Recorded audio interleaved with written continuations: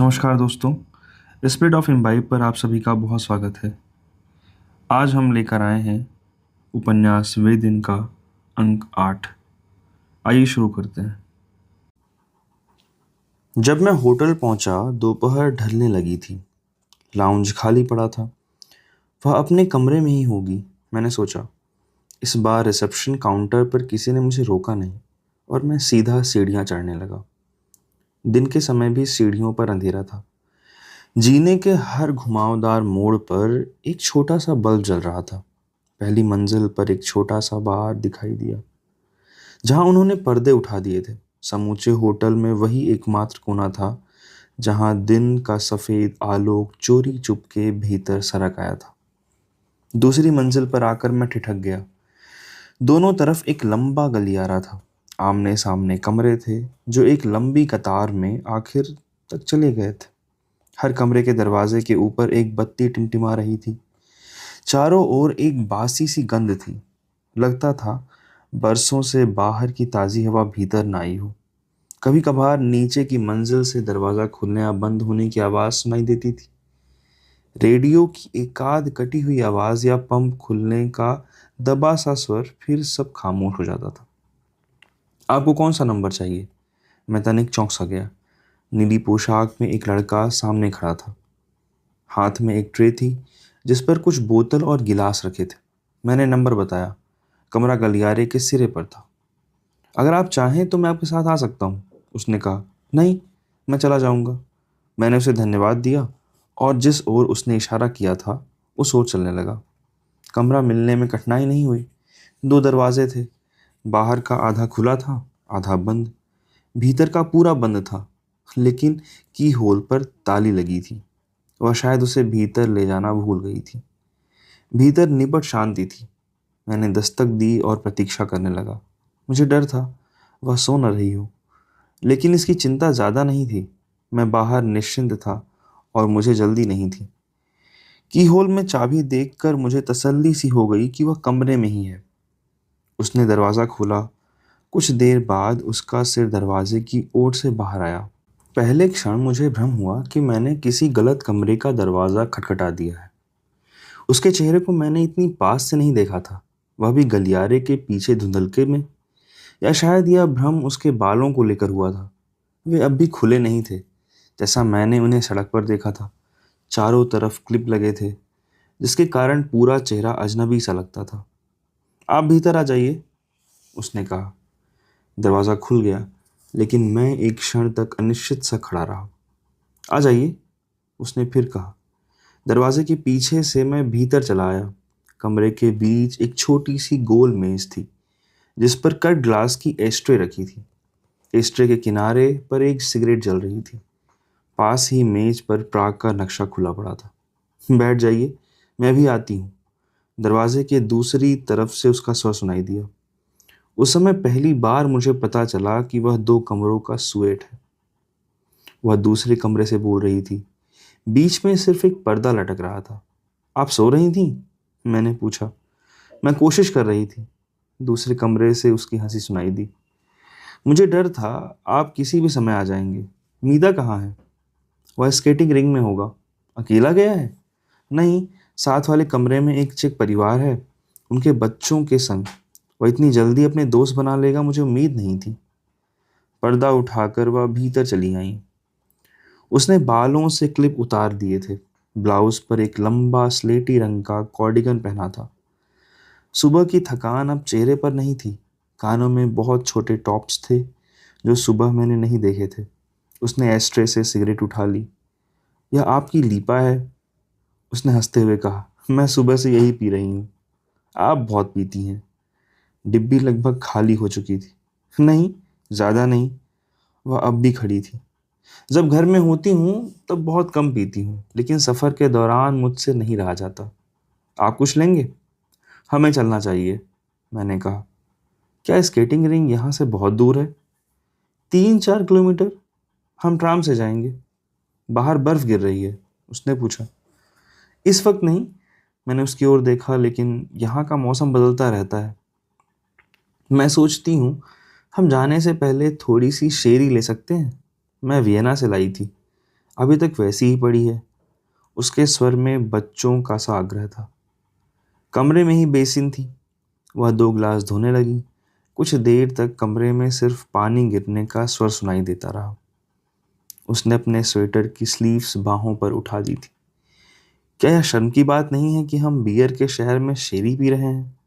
उसने बोतल खोलते हुए कहा। यहाँ बहुत कम औरतें बियर पीती हैं, मैंने हंसकर कहा। उसने दोनों गिलासों में शीरी डाल दी, बहुत सधे हाथों से। बाहें नंगी थीं, हल्के पीले से रोएं बिजली में चमक जाते थे। पहली बार उन्हें देखकर मुझे अपने भीतर एक बेमानी सी बेचैनी महसूस हुई। अजीब सा भी लग रहा था कि हम दूसरी बार मिल रहे हैं, लेकिन बातचीत में नएपन का भ्रम जरा भी नहीं लग रहा। न पास होने का कौतूहल, न दूर होने का ठंडापन। मैं बचपन से ही पी रही हूँ। जब मैं स्कूल में पढ़ती थी तब से। मेरे पिता हर रोज टम्बलर में मुझे बियर मंगवाते थे। मैं बीच रास्ते में ही 1-2 घूंट ले लिया करती थी। हम सब बच्चे ऐसा ही किया करते थे। एक बहुत हल्की सी मुस्कुराहट उसके होंठों पर सिमट आई। आप दोपहर भर क्या करते रहे? उसने पूछा। मैं अपने मित्र से मिलने गया था, मैंने कहा। आपके यहाँ बहुत से मित्र हैं? ज़्यादा नहीं, मैंने कहा। आपको अपने घर की याद नहीं आती? मैंने तनिक विस्मय से उसकी ओर देखा। नहीं, मुझे यहाँ अच्छा लगता है, मैंने कहा। उसकी निगाहें क्षण भर मेरे चेहरे पर टिकी रहीं।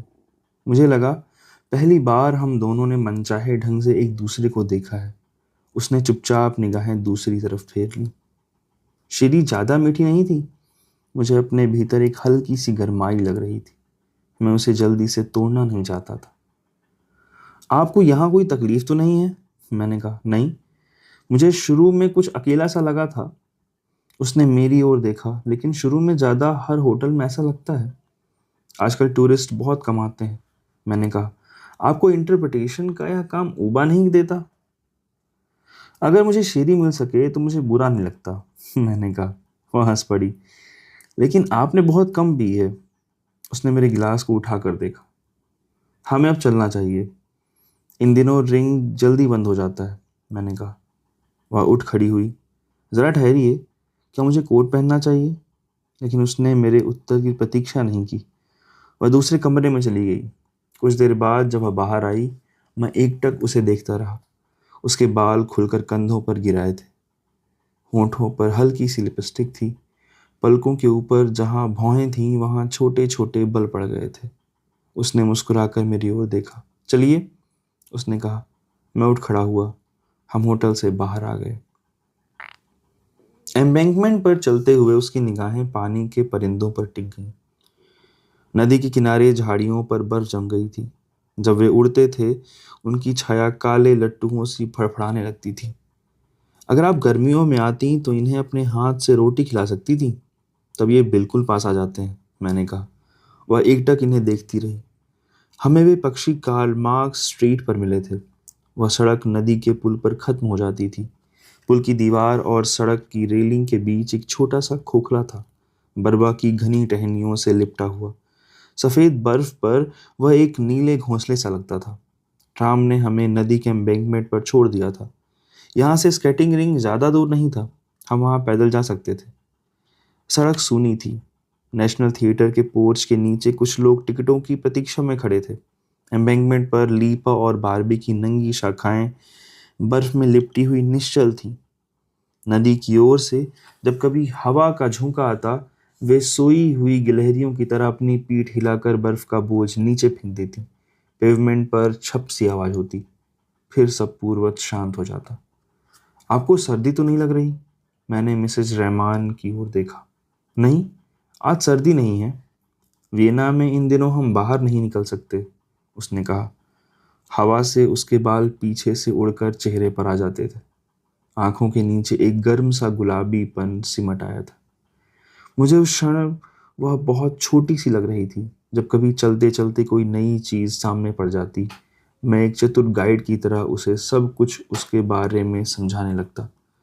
मैंने उसे लिटिल क्वार्टर के वे छोटे बड़े मकान दिखाए जो नदी के दूसरे छोर पर थे।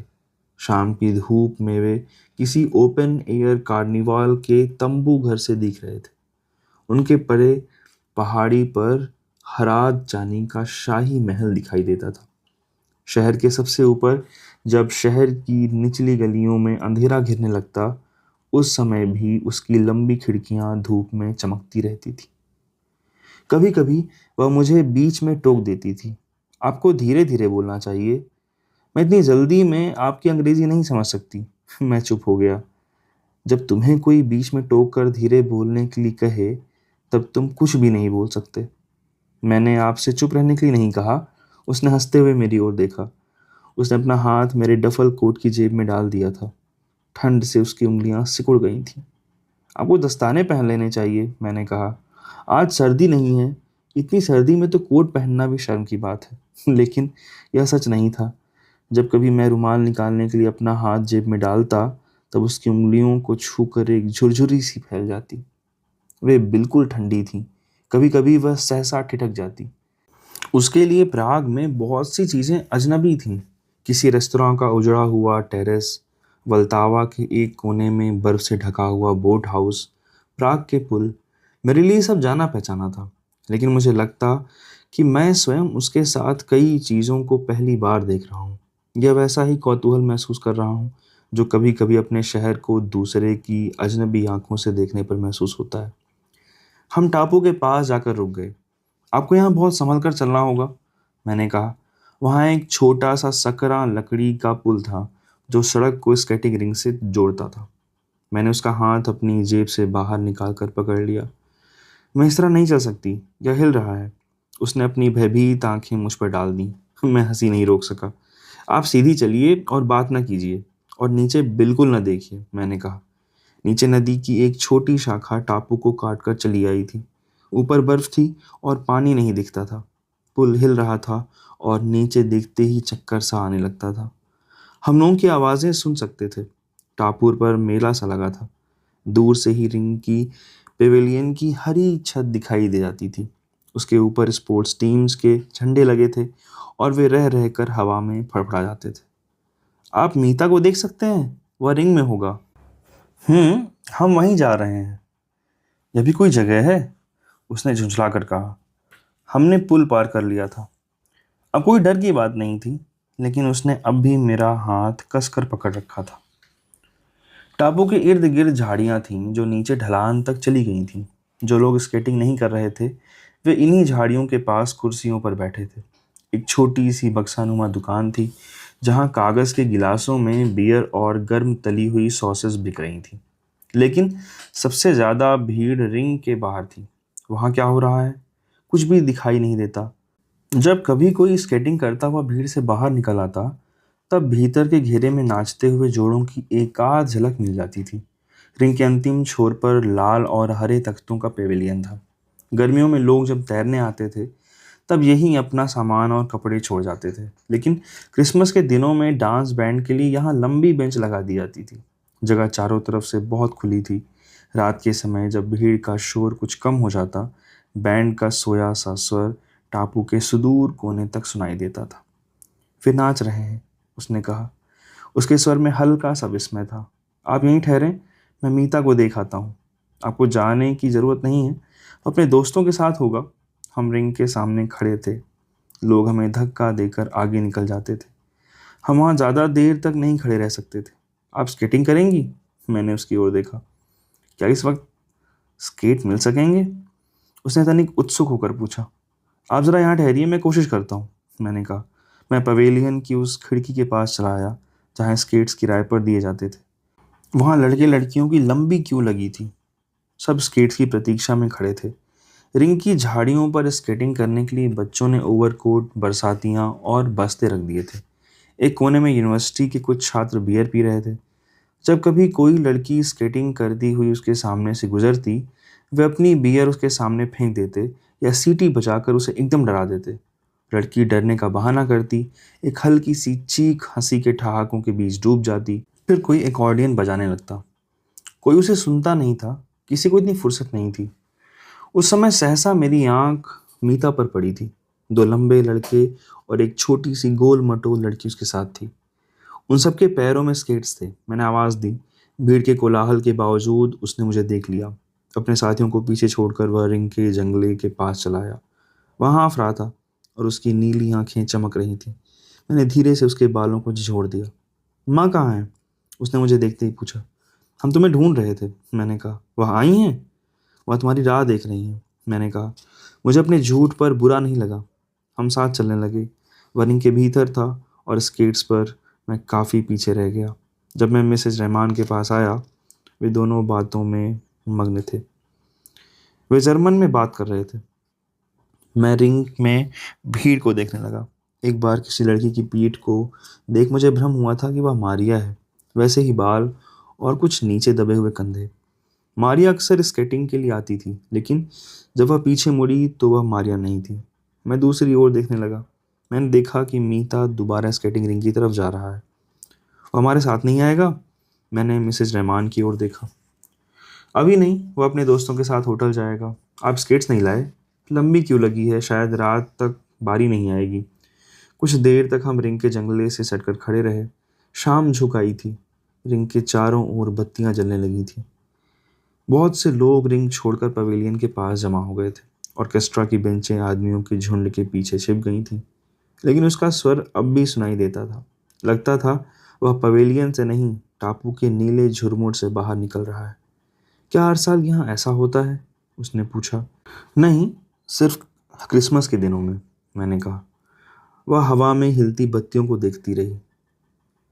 इट्स लाइक ड्रीम लैंड, उसने कहा। नाचते हुए जोड़े हमारे पास से गुजर जाते थे। हल्की सी धुंध में उनकी छायाएं बिल्कुल छुई मुई सी जान पड़ती थी।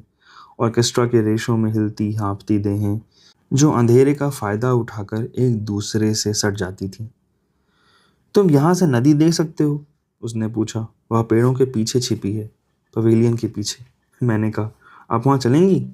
मैंने उसकी ओर देखा। क्या वह बहुत दूर है? हाँ, लेकिन हम ज़्यादा दूर नहीं जाएंगे, मैंने कहा। हम जंगले के साथ साथ चलने लगे। हवा तेज हो गई थी। उसने कोट की जेब से स्कार्फ निकालकर बालों पर बांध लिया। कभी कभी उसकी स्कर्ट का निचला हिस्सा हवा में गुब्बारे सा फूल जाता। वह दोनों हाथों में बार बार उसे समेट लेती।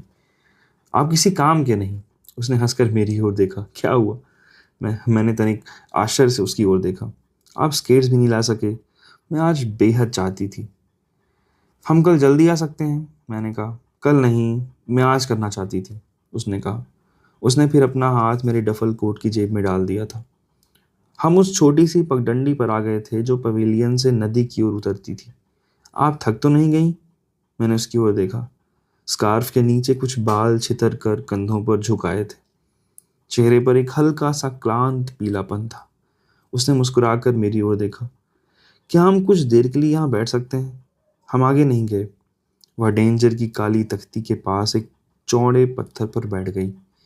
उसने अपने सैंडल उतार दिए और उन्हें उल्टा करके उनके भीतर से बर्फ निकालने लगी। मैं कुछ देर तक उसकी नीचे झुकी सफ़ेद गर्दन को देखता रहा। फिर मैं उसके पास बैठ गया। धुंध बहुत पतली थी। उसमें सब कुछ अवास्तविक सा लगता था। हम चुपचाप पवेलियन की ओर से डांस बैंड की ट्यून सुन रहे थे। उसने अपना मुंह मेरी ओर मोड़ दिया। उसके होंठ थोड़ा सा खुल गए थे। हवा में बार बार उसका स्कार्फ फड़फड़ा जाता था। आप अजीब गाइड हैं, उसने कहा। क्यों? मैंने उसकी ओर देखा। कोई गाइड इतना चुप नहीं रहता। सर्दी बहुत है, मैंने कहा। मैं सर्दी में ज़्यादा नहीं बोल सकता। वह हंस पड़ी। हमने गलती की, हमें अपने साथ कुछ कोन्याक ले आनी चाहिए थी, उसने कहा। आपको कोन्याक अच्छी लगती है? इन दिनों जब हम कभी वियना से बाहर जाते थे, अपने साथ कुछ बोतलें रख लेते थे। जाक उसके बिना कहीं बाहर नहीं जा सकता। जाक कौन? मैंने उसकी ओर देखा। वह सामने देख रही थी। पल भर एक गहरी सी नीरवता रही। उसकी नियमित सांसों के बाहर कुछ भी नहीं था, सिवाय उन झाड़ियों के जिनकी सरसराहट दूर से सुनाई जाती थी। वह मेरे पति हैं, उसने कहा। वह आपके साथ प्राग नहीं आए? हम साथ नहीं रहते। उसका स्वर बहुत धीमा था। कुछ देर बाद उसने कहा, हम अलग हो गए हैं। उसे शायद यह भी नहीं मालूम कि मैं मीता के संग प्राग आई हूँ। उसका स्वर सहज और शांत था। उसमें भयावह कुछ भी नहीं था। मीता आपके पास ही रहता है? हमेशा नहीं, हम उसे बांट लेते हैं। वह धीरे से हंस पड़ी। पिछले साल छुट्टियों में वह जाक के संग गया था। उसी के साथ यूगोस्लाविया गया था। अब पिछले कुछ महीनों से वह मेरे साथ है। हम अभी तक कोई निश्चय नहीं कर पाए हैं। कैसा निश्चय? आखिर कभी न कभी उसे हम में से एक के साथ रहना होगा। अब वियना में अकेली रहती हैं? मैं वहाँ ज़्यादा अरसे नहीं रहती। गर्मियों में मैं साल्सबुर्ग चली जाती हूँ, मेरे पिता वहाँ रहते हैं। सर्दियों में अक्सर स्कीइंग के लिए मैं पहाड़ों पर चली जाती हूँ। लेकिन इस बार मैंने अचानक ऑस्ट्रिया से बाहर आने का निश्चय कर लिया। प्राग सबसे पास था, लेकिन प्राग आप आ चुकी हैं, इसलिए मैं दोबारा आना चाहती थी। उसने हंसकर मेरी ओर देखा। मुझे बिल्कुल नए शहरों में पहली बार जाना काफ़ी बुरा लगता है, उसने कहा। हम कुछ देर चुप बैठे थे। शाम की छाया में बर्फ का रंग हल्का बैंगनी सा हो आया था। टापू के पीछे जब कभी कोई ट्राम गुजरती, उसकी रोशनी के चमकीले छल्ले झाड़ियों पर फिसलते हुए पेड़ों के झुरमुट में खो जाते थे। जरा इन्हें पकड़ो। उसने अपने बालों में क्लिप निकाल कर मुझे दे दिए। अपने पर्स से एक कंघी निकाल ली और माथे पर बिखेर बालों को पीछे समेटने लगी। मैं बिल्कुल जंगली लग रही हूँ, नहीं? ज़्यादा नहीं, उतना ही जितना होना चाहिए, मैंने हंसकर कहा। उसने मेरे हाथ से क्लिप ले लिए। हवा तेज थी और क्लिपों के बावजूद बाल ठहर नहीं पाते थे। सर्दी अचानक चुभने लगी। हमें अब चलना चाहिए। मैंने अपने डफल कोट का हुड कानों पर उतार लिया। वो हंसने लगी। तुम बिल्कुल एस्किमो लग रहे हो इस हुड के साथ, उसने कहा। वह अपलक मेरी ओर देख रही थी। स्केटिंग रिंग के लाउड स्पीकर से एक लड़की का स्वर सुनाई दिया। वह चक में बोल रही थी। मैं अनमना सा सुनता रहा। क्या कह रही हैं? उसने उत्सुकता से मेरी बांह पकड़ ली। आखिरी डांस के बारे में। 10 मिनट बाद रिंग बंद हो जाएगा, मैंने कहा। आवाज़ बंद हो गई। हम पवेलियन के नीचे थे। एक क्षण के लिए बोझिल सी नीरवता चारों ओर फैल गई, लेकिन दूसरे ही क्षण लाउडस्पीकर से बैंड की अलसाई सी ट्यून ऊपर उठाई। वॉल्स की धुन। वह हवा में तिरती हुई हमारे पास भटक आती थी। मैंने उसकी ओर देखा। वह टांगों पर हाथ रखकर चुपचाप बैठी थी। Shall we dance? मैंने कहा। उसकी आंखें मुझ पर उठाईं। यहाँ बर्फ पर? आप गिरेंगी नहीं, मैं आपको पकड़े रहूंगा। सचमुच? उसने हंसते हुए मेरे कोट का हुड नीचे गिरा दिया। हम उठ खड़े हुए। बैंड का स्वर धीमा और हवा की सरसराहट में दब जाता था। हम कभी कभी उसे सुन नहीं पाते थे, लेकिन उससे कोई अंतर नहीं पड़ता था। डर तो नहीं लग रहा? मैंने पूछा। कैसा डर? उसने अपना चेहरा ऊपर उठाया। पहली बार मुझे लगा उसका चेहरा मेरे कंधों से ऊपर नहीं जाता। उसका सिर बार बार मेरे मफलर से छू जाता था। उसने मेरे कंधों को बच्चों की तरह भींच रखा था। कोई हमें देखता, ओवरकोट, दस्ताने और मफलर लाद कर नाचते हुए, तो ज़रूर पागल समझ लेता, किंतु वहाँ देखने वाला कोई नहीं था। मैं बहुत दिनों बाद नाच रही हूँ, उसने कहा। आपको अच्छा नहीं लगता? अच्छा लगता है, लेकिन अकेले नहीं, उसने कहा। उसके होंठों पर मुस्कुराहट बहुत अनिश्चित थी, जिसका उदासी से कोई संबंध नहीं था, लेकिन जिसे देखकर खुशी नहीं होती। उसकी आंखें अजीब सी उज्जवल हो आई थीं। जब कभी मैं उन्हें देखता तो घबरा सा जाता। किसी भी लड़की की आंखों को सह पाना, जब वे बिल्कुल तुम्हारे चेहरे के सामने हों और जो इतनी उज्जवल हों जैसी उस समय उसकी थी, मेरे लिए हमेशा संभव रहा है। आप यहाँ कब तक रहेंगे? उसने पूछा। कुछ देर में वे रिंग बंद कर देंगे, मैंने कहा। रिंग में नहीं, वह हंस पड़ी। मेरा मतलब प्राग में था, उसने कहा। आपने सुबह तो पूछा था, मैंने कहा। सुबह? मुझे याद नहीं। हम सुबह ही मिले थे। उसके स्वर में हल्का सा विस्मय था। वह विस्मय मेरे लिए भी नया था। पूरे दिन कुछ नहीं हुआ था जिसे हम घटना कह सकें। वह महज समय था, अपने में खाली और घटनाहीन, लेकिन एक बिंदु पर आकर वह खुद ब खुद एक होने के सुख में बदल गया था।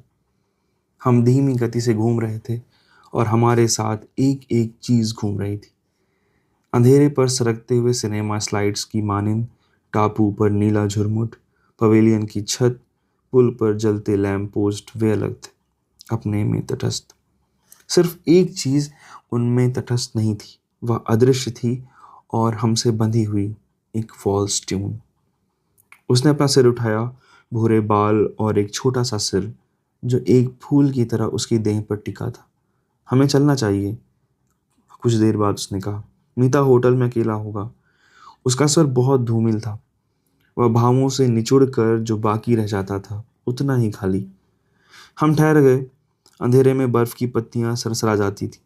सब कुछ इतना नीरव हो गया था कि लगता था जैसे हम टापू के नीचे नदी का स्वर सुन सकते हैं। उस स्वर पर खड़े हैं। मिसेस रेमॉन, हमें कल का प्रोग्राम बना लेना चाहिए। सुनो, तुम मुझे सिर्फ रायना नहीं कह सकते। उसने मेरी ओर देखा। उसका चेहरा एक पानी के धब्बे सा धुल गया था। सिर्फ उसकी गर्म सांस मेरे गालों को छू जाती थी। ऑर्केस्ट्रा चुप हो गया। रिंग की बत्तियां एक बार बुझकर फिर जलने लगीं। यह बंद होने का संकेत था। हम रिंग से बाहर चले आए। बीच सड़क पर ट्रॉम ने हमें वेलनेस स्क्वायर पर छोड़ दिया।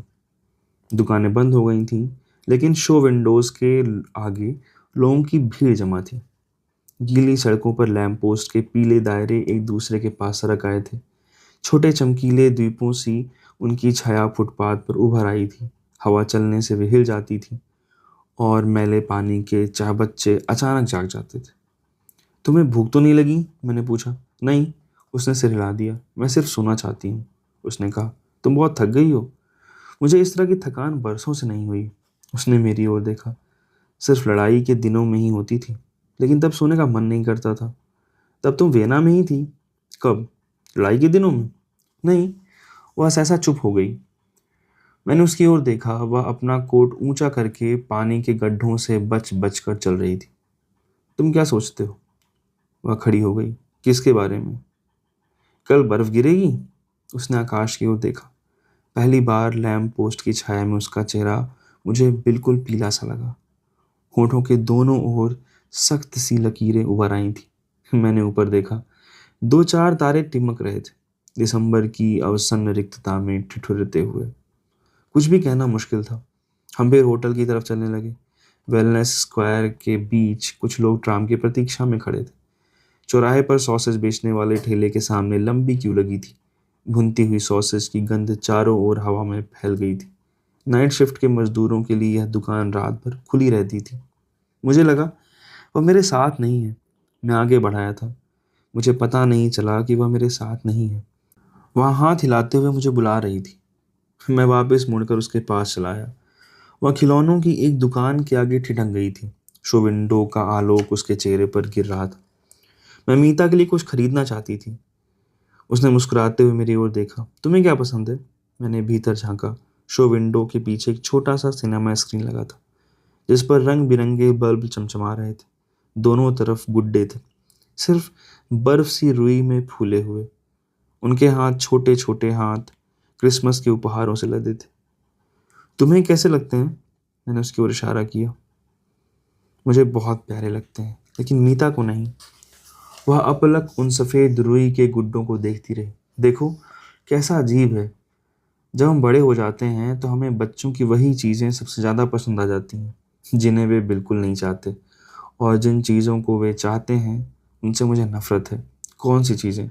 मैंने कौतूहल से उसकी ओर देखा। जैसे बंदूकें। उसने हंसकर मेरी ओर देखा। मैं उन्हें सह नहीं सकती।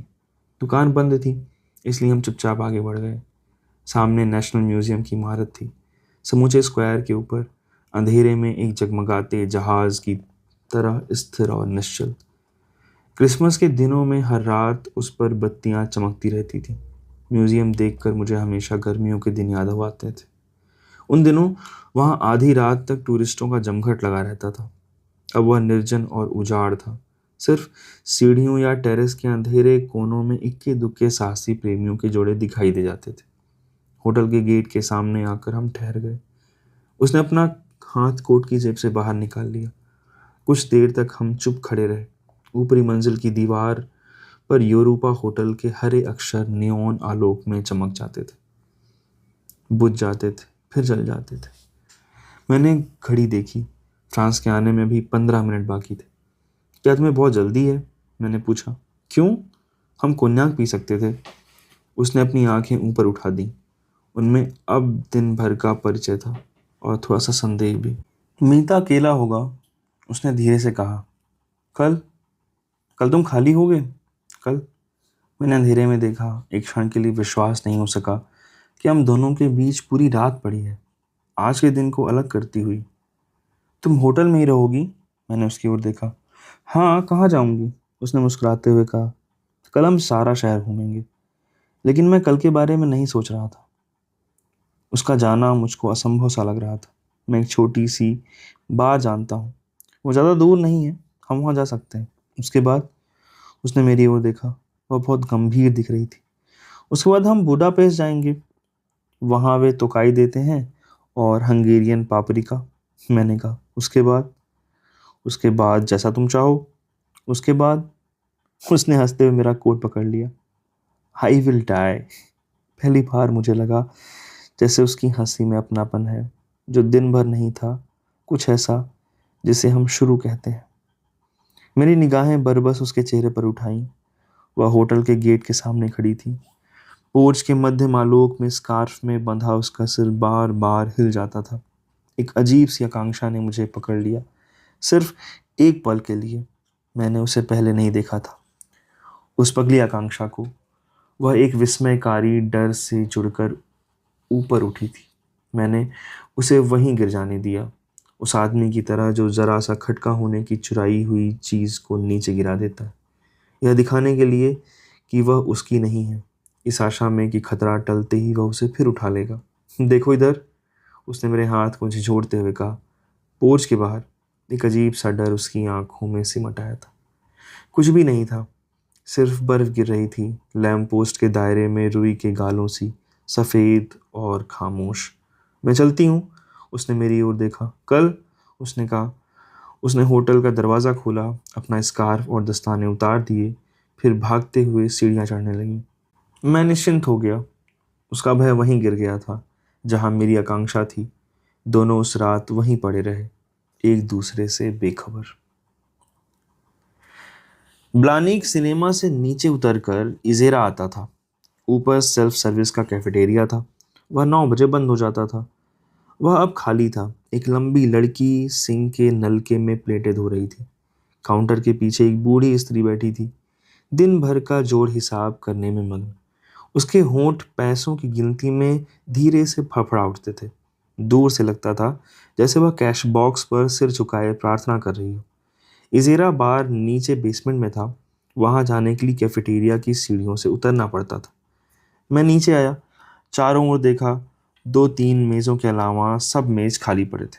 अक्सर वहाँ विदेशी छात्र या दूतावास के लोग आते थे। क्रिसमस के दिनों में वे पहाड़ों पर चले जाते थे और वह उजाड़ सा हो जाता था। फ्रांस कहीं भी नहीं था। उसे शायद आशा नहीं थी कि मैं समय पर पहुंच जाऊंगा। मुझे तसल्ली हुई कि वह नहीं है। उसे मिलने की उत्सुकता सहसा मर गई थी। एक कोन्याक, मैंने कहा। बार के काउंटर के पास मैं ऊंचे स्टूल पर बैठ गया। प्राग में ही थे। बारमैन ने मेरी ओर देखा। मैंने सिर हिलाया। उसने अलमारी से बोतल निकालकर काउंटर पर रख दी, फिर गिलास धोने लगा। बाहर बर्फ गिर रही है, बहुत हल्की। मैंने कहा, अकेले हो? नहीं, फ्रांस आएगा। मैंने एक लंबा घूंट लिया। कोन्याक अद्भुत चीज़ है, और चीज़ें प्यास बुझाती हैं। कोन्याक उससे खिलती है, और वह खलती नहीं, वह खोलती है दिन भर के जमा किए हुए शब्दों को। आई विल डाई। बारमैन ने उड़ती हुई निगाहों से मुझे देखा और फिर अपने काम में जुट गया। वह स्लोवाक था। अब तक वह शायद सब विदेशी छात्रों से परिचित हो चुका था जो यहाँ आते थे, लेकिन वह किसी को देखकर मुस्कुराता नहीं था। व्यावसायिक मुस्कुराहट उसके आत्मगौरव के नीचे थी। उसकी निगाह में सिर्फ एक पहचान थी। हमारे लिए यही काफ़ी था। फ्रांस कैसा है? उसने आंखें उठाई। मज़े में, मैंने कहा। उसने संजीदा ढंग से सिर हिलाया, जैसे उसे मेरी बात पर विश्वास न हो। वह फ्रांस को बहुत पहले से जानता था। मैं यहाँ पहली बार टीटी और फ्रांस के साथ आया था, पिछले साल।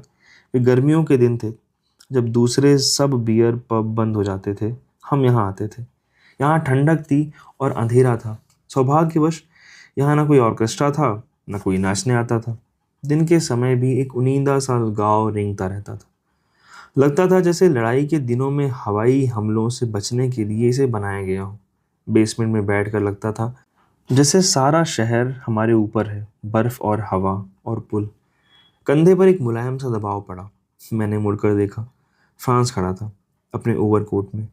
काले कॉलर पर बर्फ के टुकड़े चिपके थे। कब आए? उसने पूछा। अभी क्या लोगे? यहाँ नहीं। उसने कोने में मेज़ की ओर इशारा किया। वहाँ आराम से बैठेंगे, उसने कहा। मैं काउंटर से उठ खड़ा हुआ।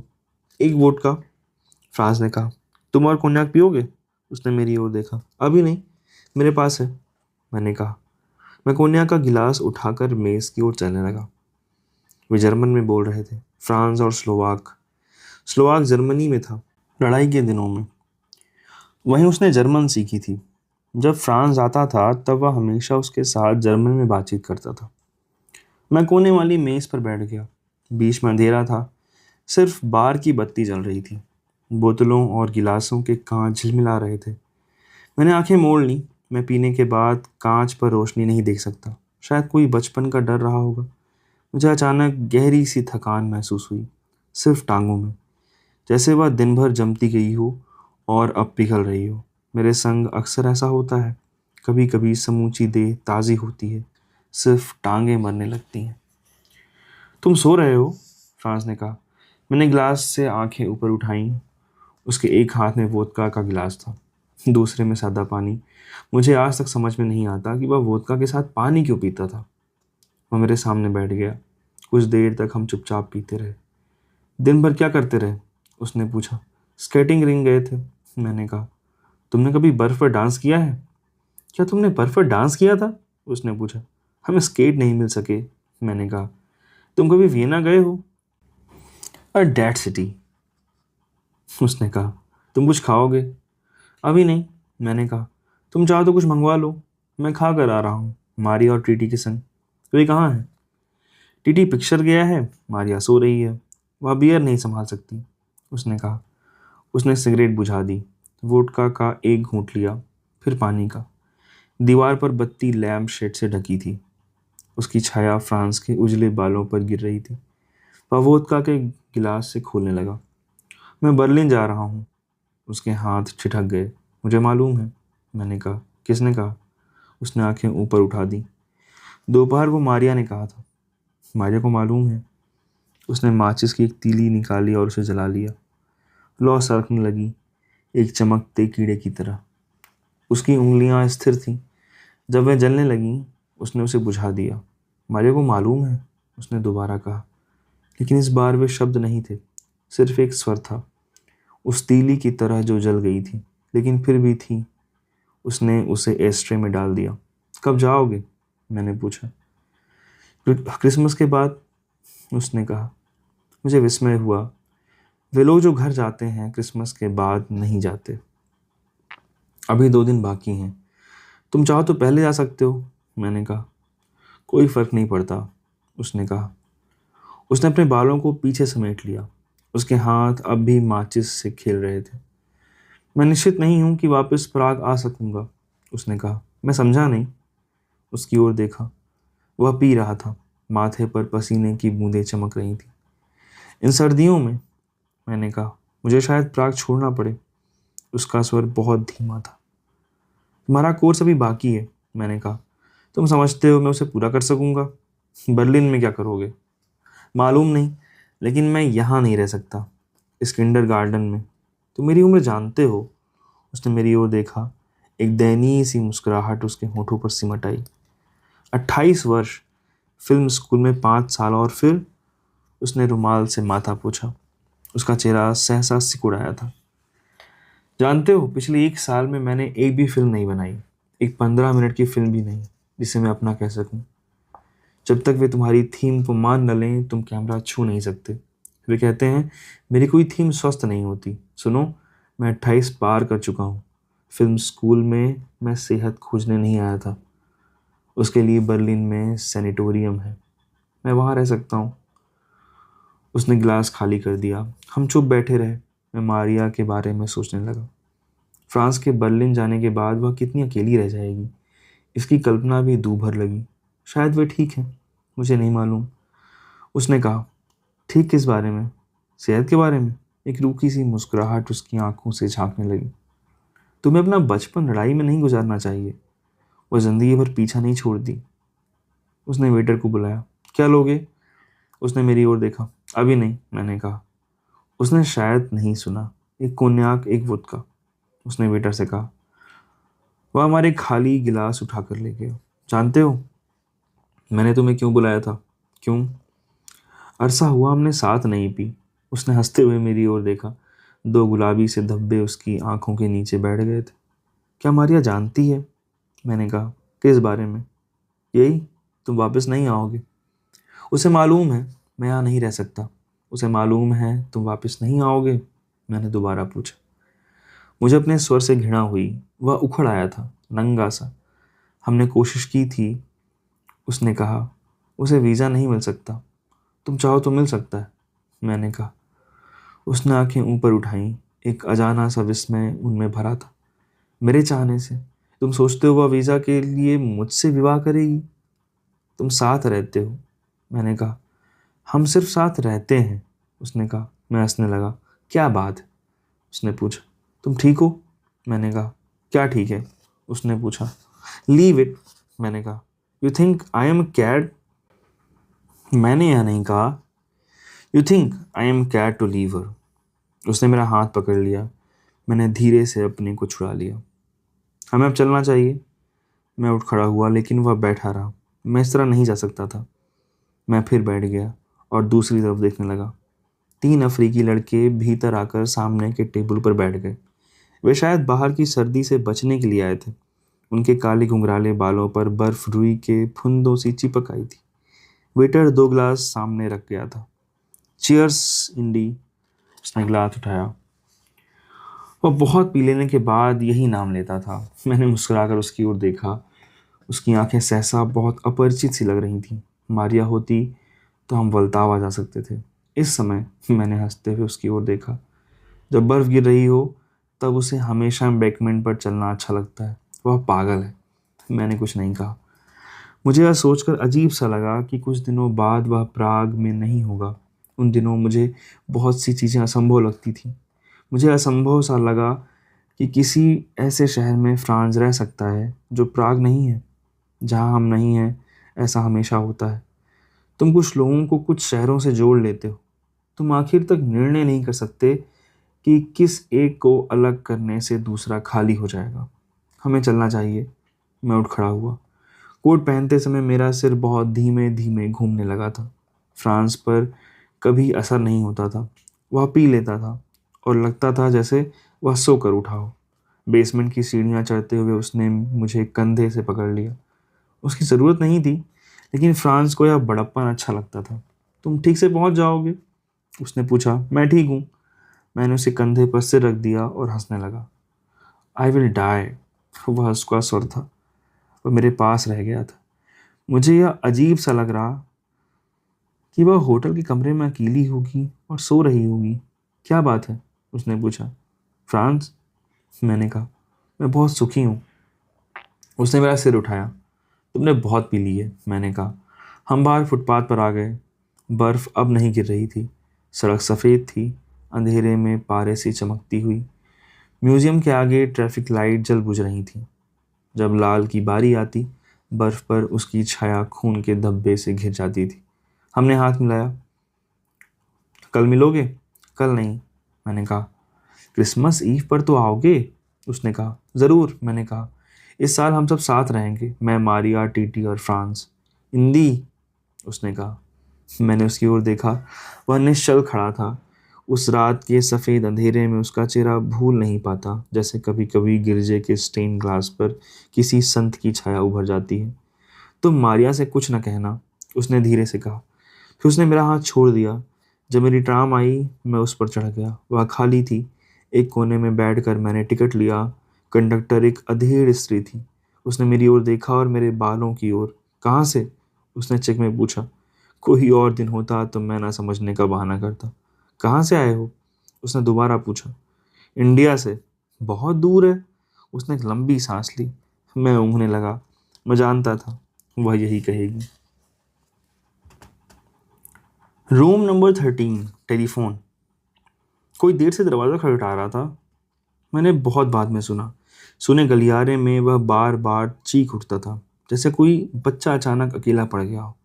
एक सुबकती सी चीख, फिर वही साएं साएं। मुझे लगा यह सपना है। नींद के अंतिम सिरे पर लटकती हुई पहली स्मृति, रात और दिन के बीच एक चीथड़े सी डोलती हुई। आज सोचता हूँ तो वह सुनहरा सा धब्बा सामने से रकाता है, छत के नीचे ऑसिकल पर टिमकता हुआ, एक सफ़ेद तितली की तरह। फिर वह फैलने लगी थी, बर्फ से उजले पंखों में ढकी हुई धूप। कमरे की सिंक पर, जहाँ रात के जूठे बर्तन रखे थे, बियर की खाली बोतलों पर एक खुले दिन की सफ़ेदी। यह आहट थी, एक इतवार का उनीदा आलोक जो समूचे शहर को, उसके कोलाहल को दरवाजे के पास जमा कर जाता था। शायद हर शहर का अपना अलग इतवार होता है, अपनी अलग आवाज़ें और नीरवता। तुम आंखें मूंद कर भी जान लेते हो ये ट्राम के पहिए हैं या उबलती कॉफ़ी की गंध, बाहर बर्फ पर खेलते हुए बच्चों की चीखें, उनके परे गिरजों के बाग में बूढ़ी औरतों की फुसफुसाहट। हॉस्टल में जब पुरानी लिस्ट ऊपर चढ़ती है, खाली कमरे हिलने लगते हैं। फिर वह ठहर जाती है चौथी मंजिल पर, जहाँ टीटी का कमरा है। उसके ऊपर हॉस्टल की छत है, जहाँ हर इतवार को प्राग के गिरजों की घंटियाँ तिरती आती हैं। तुम सोते हुए भी उन्हें सुन सकते हो, तुम उन्हें सूंघ सकते हो। उनमें चिमनियों का धुआं है, पतझड़ के सड़ते पत्तों की मृत्यु, नदी के बहते पानी की सरसराहट। दूसरे दिन दूसरे शहरों में होते हैं, इतवार अपना सा होता है, पराये शहर में भी। मैं सुनता हूँ किसी ने दरवाज़ा खटखटाया था। Room number 13। कॉरिडोर पर चप्पल घिसटने की आवाज़ दरवाजे के सामने ठिठक गई। यह मेरे कमरे का दरवाज़ा था। है कोई भीतर? कुर्सी पर रखी पैंट चढ़ाकर मैंने दरवाज़ा खोला। एक नीग्रो छात्र खड़ा था, अपनी लंबी बंडी में। वह धीरे से मुस्कुराया। You have telephone. कौन है? मैंने उसकी ओर देखा। एक लड़की। उसने अंग्रेज़ी में मजाक करने की कोशिश की। मैंने उसकी ओर देखा भी नहीं और कॉरिडोर में चला आया। दिन के समय भी वहाँ बासी सा अंधेरा जमा था, छोटी रोशनियों में जालों में चिपका हुआ। आधी नींद में मुझे गलियारे की बत्तियां डबडबाई सी जान पड़ी। लगा जैसे मैं सोते हुए चल रहा हूँ। उसमें अजीब कुछ न था। वह बहुत पुरानी इमारत थी। सर्दी के दिनों में वहाँ दिन रात बत्तियां जलती रहती थी। मैंने रिसीवर उठाया। यह तुम हो मिसेस रेमॉन? मैं सिर्फ रायना हूँ। तुम सो रहे थे। मैं सुबह से 2 बार फ़ोन कर चुकी हूँ। सुनो, यह तुम हो? तुम कहाँ हो? मैंने ऊंची आवाज़ में कहा। यहाँ पर, होटल के रेस्तरां में। तुम सो रहे थे? सुनो, मैं भी आता हूँ। मैं पोर्च में रहूंगी, तुम जल्दी करो। रायना। लेकिन उसने नहीं सुना। हवा का एक असीम शून्य हमारे बीच चला आया था। मैंने रिसीवर रख दिया। A new date. मैंने पीछे मुड़कर देखा। वही नीग्रो मेरे पीछे खड़ा था। रोशनी में उसने सफ़ेद दांत चमचमा रहे थे। वह सीटी बजाता हुआ किचन की तरफ चलने लगा। घबरा कर मैंने रिसीवर फिर उठाया। वहाँ कुछ भी नहीं था। एक खाली दिशाहीन आवाज़ की भर्राई सी जूं जूं जूं। एक क्षण के लिए मुझे विश्वास न हो सका कि उसके पीछे उसका स्वर था, साफ, कोमल, धुली धुली सी आवाज़। देर तक मैं वहीं खड़ा रहा। मैं जागने लगा था। ऊपर दूसरी मंजिल थी। युगोस्लाव मिलिंकोविच के कमरे से गिटार की हाँफती सी धुन सुनाई दे जाती थी। गलियारे के ठंडे सीलन भरे धुंधलके में रेंगती हुई सीढ़ियों के पास अरब और सिप्रस के कुछ विद्यार्थी दूध की बोतलों और ब्राउन रोटी हाथ में लिए आपस में बातें कर रहे थे। जब कभी होटल की लिफ्ट गड़गड़ाती हुई ऊपर चढ़ती, उनकी आवाज़ें एक बोझिल सी थरथराहट में डूब जाती। दीवारें हिलने लगती और फिर अचानक ठहर जाती, जैसे स्वयं अपने से डर गई हों। फिर एक पल सन्नाटा खिंचाता, सिर्फ एक हल्की सी रिरियाती सुनाई देती। किचन में जलती गैस की गंध। पास ही गुसल खाने में किसी ने नहाने के बाद गर्म पानी का शॉवर खुला छोड़ दिया था। उसका पानी बाहर निकलकर छोटे छोटे चहबज्जों में जमा हो गया था। पानी के साथ बह आए थे टॉयलेट पेपर, प्याज और अंडे के छिलके, लंबे लिसलिसे कॉन्ट्रासेप्टिव्स जो उन दिनों कॉरिडोर में इधर उधर बिखरे रहते थे। यह हमारे हॉस्टल की दोपहर थी, सर्दी की दोपहर, जो हर हॉस्टल में एक जैसी ही होती है जब क्रिसमस के दिन इतने पास हों। मुझे कुछ भी नहीं पता चलता था। मैं सोता रहता था। शायद सारी सुबह उसने मेरे आने की प्रतीक्षा की होगी। एक उम्र में यह विचार ही बहुत रुआंसा लगता है कि कोई खाली खाली सा होकर तुम्हारी प्रतीक्षा कर रहा हो। एक संग बहुत सुख सा भी होता है। बाद में लगता है तुम सबसे अलग हो, तुम एकदम बड़े हो गए हो, और यह असंभव सा लगता है कि जिस घड़ी तुम सो रहे हो उस घड़ी कोई तुम्हारी बाट जो रहा हो। तुम्हें अचानक पहली बार अपनी अनिवार्यता का पता चलता है, और उस कातर से डर का जिसमें पहली बार तुम्हारे माँ बाप साझा नहीं करते, तुम्हारे मित्र भी नहीं।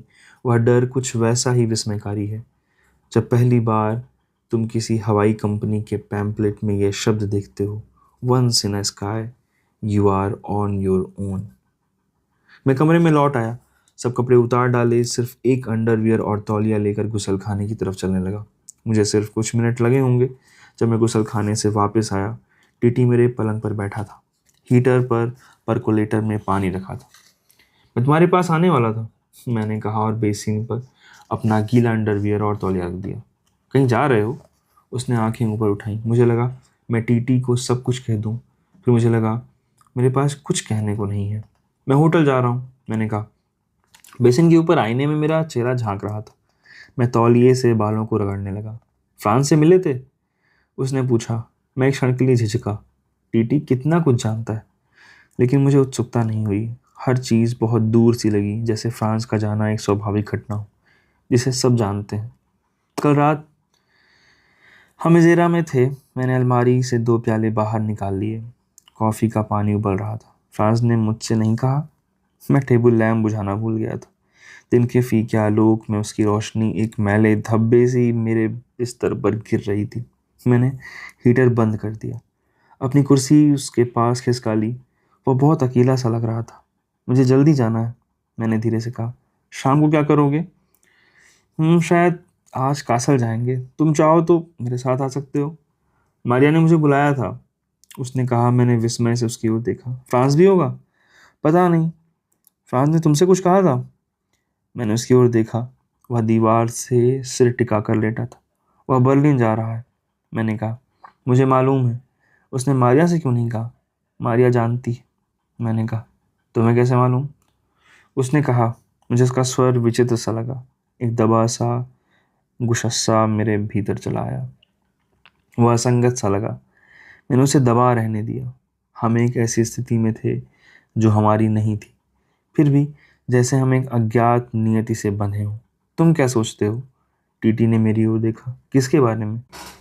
देर बाद मैंने कहा। लीव इट यार, उसने कहा। वह बैठकर खिड़की के बाहर देखने लगा। किसके बारे में? मैंने आग्रह किया। मुझे अजीब सी जिद ने पकड़ लिया था।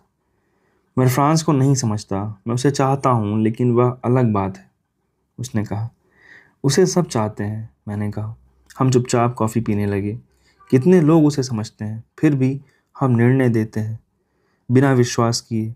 फ्रांस ने जब से अपने रास्ते को चुना है, वह हमसे मुक्त हो गया है। वह शायद उसे कभी क्षमा नहीं कर सकेंगे। तुम मारिया से मिलोगे? मैं कपड़े बदल रहा था, मेरे हाथ रुक गए। क्यों? मैंने उसकी ओर देखा। उसे अच्छा लगेगा, उसने कहा। मैंने डफल कोट की जेबों में दस्ताने और रुमाल ठूंस दिए। टीटी बहुत छोटा है उम्र में। उसे हमेशा लगता है कि तुम बच सकते हो। मैंने उसके बाल झोड़ दिए। वह पलंग पर लेटा रहा।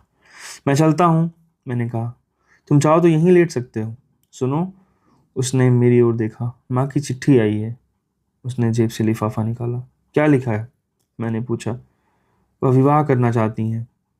उसने लिफाफे को मेज पर रख दिया। उसका स्वर बहुत सहज था। वह जानना चाहती हैं मुझे कैसा लगेगा। तुम पहले से जानते थे? नहीं, इस बारे में नहीं, उसने कहा। मैं सिर्फ यह जानता था कि वह बहुत अकेली हैं। मैंने खिड़की खोल दी। हॉस्टल के चौड़े दालान में बर्फ अब भी जमी थी। सूरज वहां नहीं पहुंचता था। चारों ओर लंबी दीवारों के बीच यह किसी जेल खाने का यार्ड सा दिखाई देता था। क्या तुम्हारे पास स्लीबी वोस्ते बचा है? उसने धीरे से कहा। तुम्हें इतनी जल्दी नहीं पीनी चाहिए। डरो नहीं, उसने हंसकर कहा। मैं अपनी माँ के विवाह की खुशी में अकेला नहीं पीऊंगा। उसके अजीब बोझिल से स्वर ने मुझे चौंका दिया। मैंने उसकी ओर देखा। वह आंखें मूंदे लेटा था। मैंने अलमारी से स्लीप की बोतल निकालकर मेज पर रख दी। चाबी तकिए के नीचे है, मैंने कहा। उसने आंखें खोल दी। गुड लक, उसने धीरे से कहा। मैं एक क्षण देहरी पर खड़ा रहा। मुझे यह विचार भयावह सा लगा कि मैं उसे पीछे छोड़े जा रहा हूँ।